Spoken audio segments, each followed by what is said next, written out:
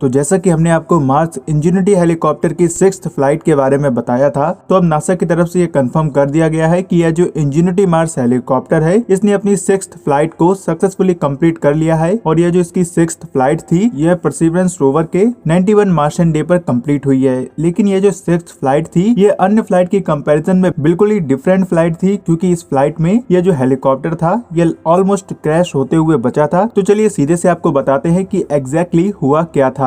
Perseverance rover का 91 soul, उसमें यह जो हेलीकॉप्टर था, इसने 6th फ्लाइट के लिए अपनी उड़ान भरी। और क्योंकि हम ये पहले ही आपको बता चुके थे कि परसिवरेंस रोवर के द्वारा इस हेलीकॉप्टर की जो ये नई फ्लाइट है, इसकी एक भी इमेज को कैप्चर नहीं करा जाएगा और ना ही इसकी फ्लाइट को रिकॉर्ड करा जाएगा, क्योंकि जो परसिवरेंस रोवर है वह अपने साइंस एक्सपेरिमेंट को मार्स पर कंडक्ट करने में लगा हुआ है। तो ये जो हेलीकॉप्टर था, इसको डायरेक्ट नासा की तरफ से कमांड मिल रही थी, और जब इसको फ्लाई करने की कमांड मिली, तब ये मार्स के सरफेस से 10 मीटर्स की ऊंचाई पर पहुंचा। जिसके बाद यह हेलीकॉप्टर साउथ वेस्ट डायरेक्शन में 150 मीटर तक गया। उसके बाद 15 मीटर के एल्टीट्यूड पर पहुंचकर इस हेलीकॉप्टर की जो रोटेशन स्पीड थी, उसमें कुछ प्रॉब्लम आई। यह हेलीकॉप्टर ज्यादा टिल्ट हो गया था, जिसके बाद इसने खुद को पोजीशन करने की कोशिश करी। इसी के साथ इसको साउथ ईस्ट डायरेक्शन में 50 मीटर्स तक आना था, जिसके बाद यह हेलीकॉप्टर अपनी लैंडिंग को परफॉर्म करता। और जब यह पूरी इसकी फ्लाइट चल रही थी, तब इस हेलीकॉप्टर की जो स्पीड थी वह 9 माइल्स पर आवर, मतलब कि 4 मीटर्स पर सेकेंड की थी। और इसी दौरान इस हेलीकॉप्टर की जब लैंडिंग होनी थी, तब इसको अपनी जो स्पीड थी उसको ऑलमोस्ट 0 करना था। पर अपनी लैंडिंग के टाइम यह हेलीकॉप्टर कुछ ज्यादा ही टिल्ट हो गया, और इसकी वजह से इसकी जो लैंडिंग थी वह ऐसा लगा कि यह पूरी तरह से क्रैश हो गया है, जैसा कि आप वीडियो में देख रहे होंगे। लेकिन नासा की तरफ से अभी इसकी पूरी इंस्पेक्शन करी जा रही है।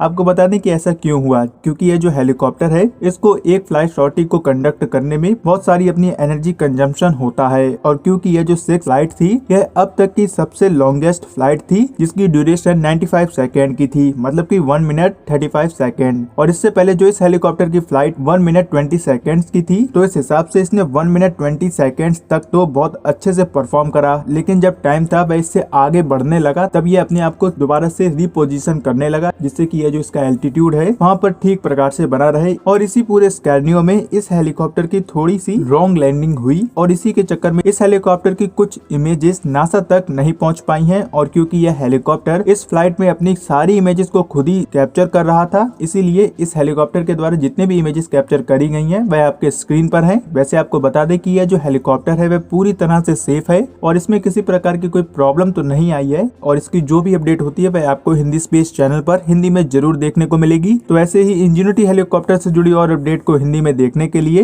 हिंदी स्पेस चैनल को सब्सक्राइब करके नोटिफिकेशन बेल को ऑन जरूर कर लें। मिलते हैं अगले वीडियो में, तब तक के लिए जय हिंद, जय भारत, वंदे मातरम।